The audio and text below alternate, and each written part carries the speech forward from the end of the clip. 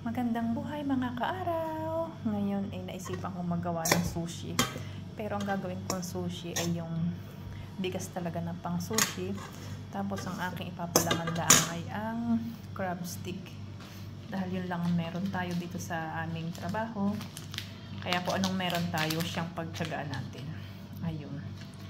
Try nating magawa. Nakapaggawa na ako before nito. Kaya nga lang, matagal na yon. Kaya ito na uli ang aking naisipang gawin ngayon. Tapos meron akong stick na pang forma ng ating sushi. Tapos ito yung gagamitin nating pinaka pambalot. Ayun. Kaya maganda muna tayo ng ating gagawin.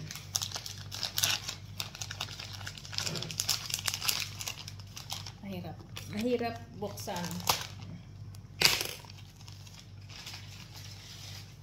Ayan siya. Donut kit. Ito siya. Para sa ating sushi. Maliliit lang naman natin gagawin. Naghugas ako ng kamay. Pupormahan lang natin yung ganyan. Tapos magagawa tayo ng ating noodles na para siyang yung nasa mang-inasal na sabaw, para may sabaw tayo. Tapos lagyan natin ng palaman na crab stick. Yan, nakulo na yung ating noodles. Teka lang, tingnan natin yung ating noodles. Masarap sana may avocado nito. Kaya lang wala naman kaming stock na avocado. Kaya, okay na kung anong meron dito sa amin.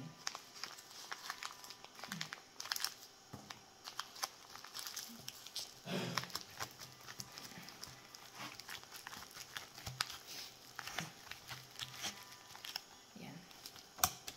Tuloy-tuloy lang natin ang paggawa.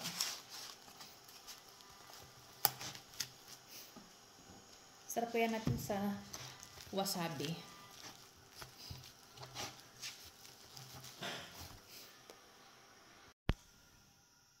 Ito na ang ating nagawang sushi. Ngayon, ang gagawin ko naman ngayon ay aking hihiwa-hiwain. At ito nga po mga kaaraw, ang ating work-made sushi. Pero crab stick lang ang aking nilagay. Tapos kung gusto natin mayonnaise, kung gusto natin yung toyo na may kalamansi, tapos may kaunting anghang. Kaya lang wala nga akong wasabi. Kaya ito na lang ang meron. Kain po tayo. At ito na ang aming sushi.